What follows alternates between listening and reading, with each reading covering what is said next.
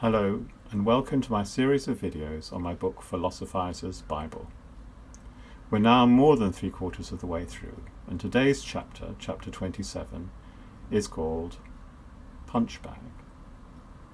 What is this about? It's about a paradox, or not exactly a paradox, more a kind of puzzle or even an emotional conflict, that I need to have something to be against in order to be doing this. And if you've seen earlier videos in this series, you know that I'm against philosophers and academic philosophy and their inability to deal with or even think about ultimate questions, because they're all so busy pursuing the little questions that they're after. So I need to have philosophers there so I can punch them. Not necessarily to show that I'm better than them, because some of them are extremely clever, but nevertheless to show that there's something else, there's something more fundamental than the questions that they spend their time thinking about. And there are other things I'm against too. One of the things is political correctness. And although it annoys me to see political correctness arising in so many areas, I mean, there's nothing wrong with it in principle. It just gets blown out of all proportion. One area in which it does impinge on me is in one of my passions, one of my pursuits, photography. And because of political correctness, it's now more difficult to do street photography than it used to be. People object. Well, not people, but not the people you're taking pictures of, not at all, but those who are supposedly in a position to judge what actions are correct or incorrect, object that this is somehow infringing on people's rights, that you take pictures of them without asking first. And that annoys me intensely. I'm just going to show you the camera that I use. It's a plastic Leica, as I say in the chapter. It's this little camera which uses 35mm film. When you switch it on, the lens comes out a bit. That's it. I'm not going to take a picture now. The advantages of using a little camera, of course, are that people are less upset than if you point a great big camera with a massive lens in their face. They are less inclined to make a fuss about it. But if some people had their way, you wouldn't be able to do it at all. A whole classic area of photography would no longer be politically correct. So I'm going to say something about that.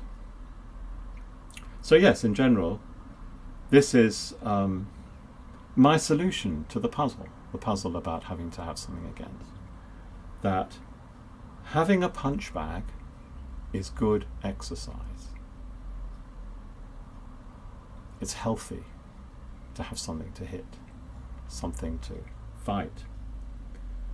But it isn't ultimately necessary. I'm not saying that I would be happy living as a hermit in a cave with no contact with any other human beings. But if circumstances forced me into that position, I believe I would continue doing my philosophizing, continue thinking about ultimate questions, because that's the thing that's ultimately important.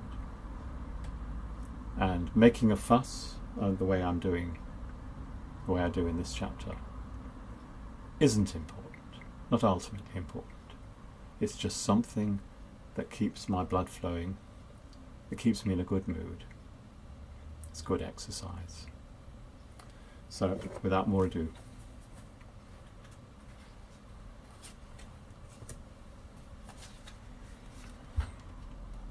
it must be so galling to be lectured by someone who thinks he is better than all of you, philosophers of the Academy. What did you do? What have you done to deserve my scorn and contempt and ire? Nothing. You couldn't help being you. The truth is, I need opposition. The passive, dead weight of inertia. The inertia of a punch bag. This is about the basic need of every human being for exercise, is it not? Exercising my mental muscles, the brain muscle, and my hands and fingers too. In truth, the conscious mind has only a small part to play, observing the text as it rolls out at a steady beat. Is that it? On reflection, that's not much weight there to resist my punches. Not really. As I remarked in Philosophizer, academic philosophy has become a puzzle to academics of other disciplines, both in the arts and the science sides. What value do philosophers add to higher education? In the UK, for example, the case has been poorly made, or not made at all, half-hearted, feckless. I just pause for a minute because it's big news in the philosophical community that the new president of Brazil, wants to stop funding for all sociology and philosophy departments. So in future, anyone who wants education in those areas will have to pay for it all themselves. And people making a big fuss about, how bad this will be for Brazil, etc., etc. I don't have a horse in this race, but it's an issue. It's actually a live political issue. Well then, what else is there? Oh, plenty of examples. Let's just take one. Political correctness. What would Diogenes say about the current state of debate on that topic? I was at a lecture recently when Labour Party politician Shami Chakrabarti, subsequently elevated to the House of Lords, that's the official word, you're elevated when you're made a lord or a lady, was expounding on her new book, On Liberty. The name John Stuart Mill didn't even get a mention in her talk. Can you imagine that? The author of the original On Liberty, one of the greatest books on political philosophy ever written. I was sitting on the third or fourth row from the front of the hall on the left. A photographer, 2 rows in front of me, thought I'd make a good photographic subject. In my beard and black spectacles, I looked just the sort of person who'd attend a lecture like this. And while he snapped away, I politely pretended I didn't notice. Like you do. It's something I'm always hope people will do when I'm out with my plastic Leica. And British people are generally very good at not noticing. Some photographers would say the best. It's what you'd call tact. It's no big deal. Oh, but it was for Shami. She interrupts her talk and makes a point of the fact that I hadn't been asked my permission. How terrible is that? Welcome to the new liberal fascist state. I said nothing. I was nonplussed. Excuse me, but some of the greatest images we have are from street photographers.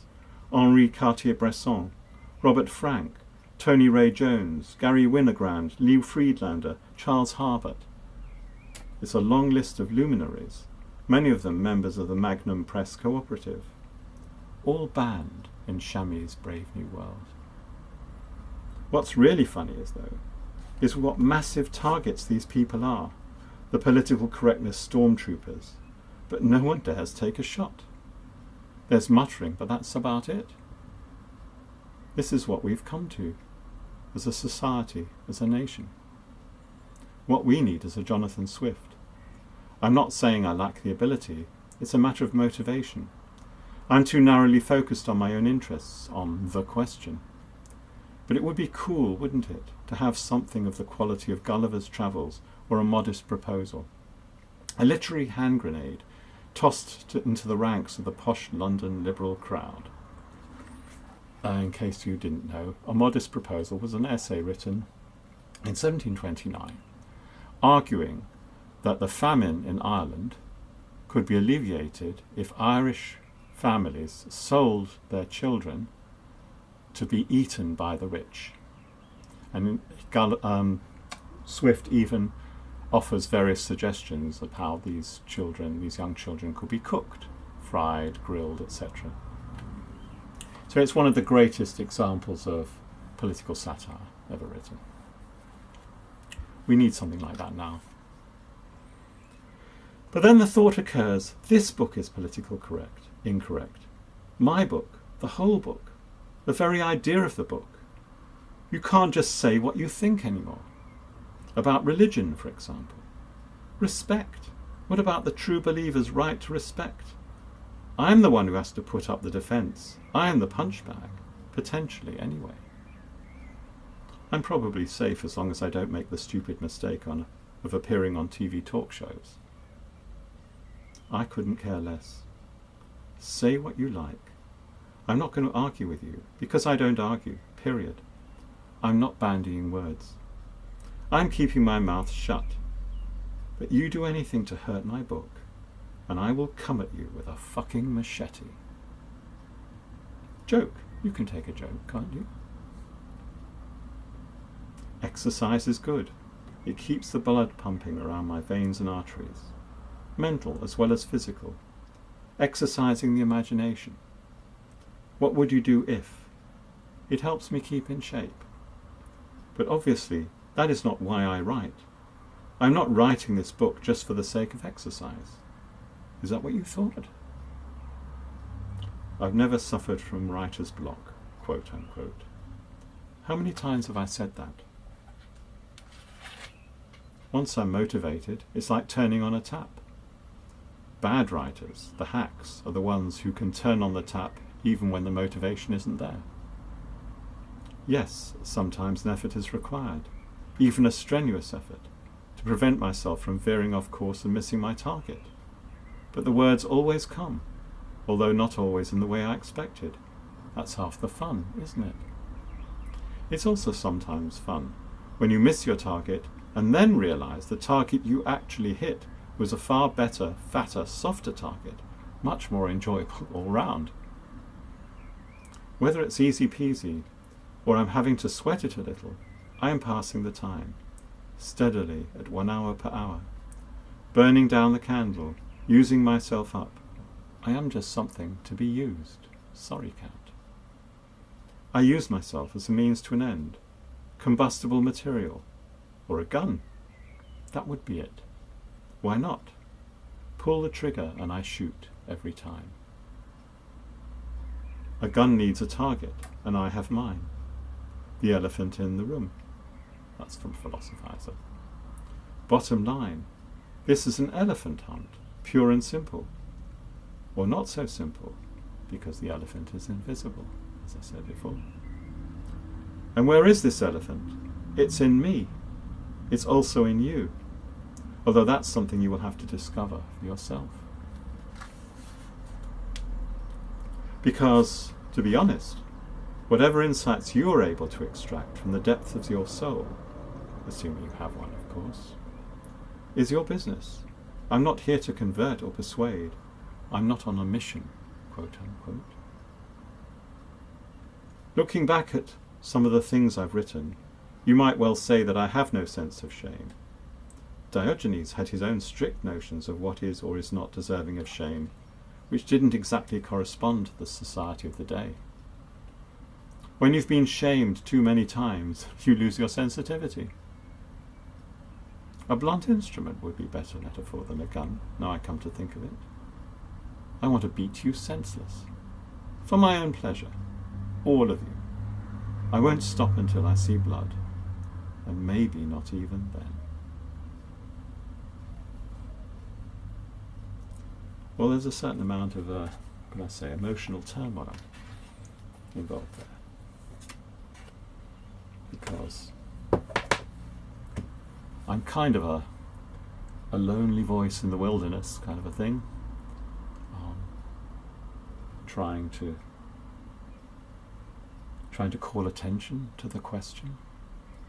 And so few people are actually listening. But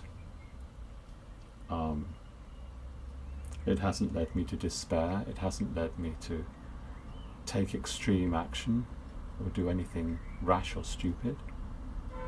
I'm just writing this book. But the thought did come to me this morning, what am I going to do when this is finished? Okay, I've written the book, now I'm reading the chapters out, what then? Because I absolutely can't imagine what could possibly come after this. I'm not going on a crusade, I'm not going to start, doing a Jonathan Swift kind of a thing. This is the problem with skepticism generally. I mean, Hegel talks about Stoicism, skepticism, and the unhappy consciousness. It's a difficult position to be in, to say there is a question, but there is no answer to that question.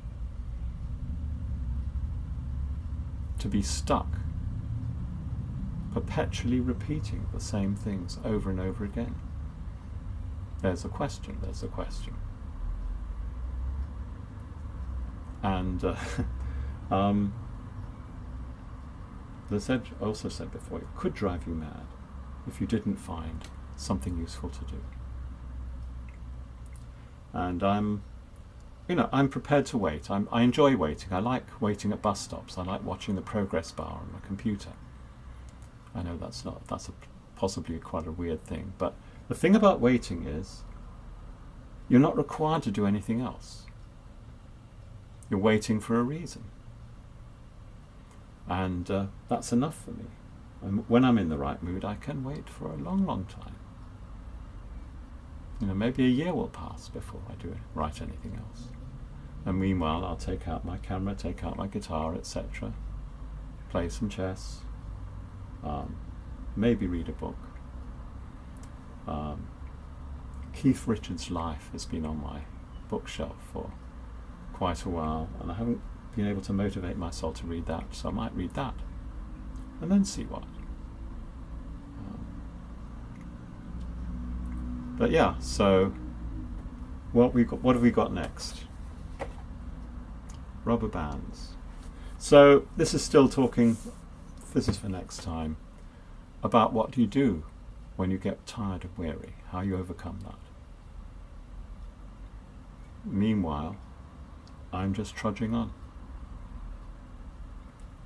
And this horizon continues to recede as I advance.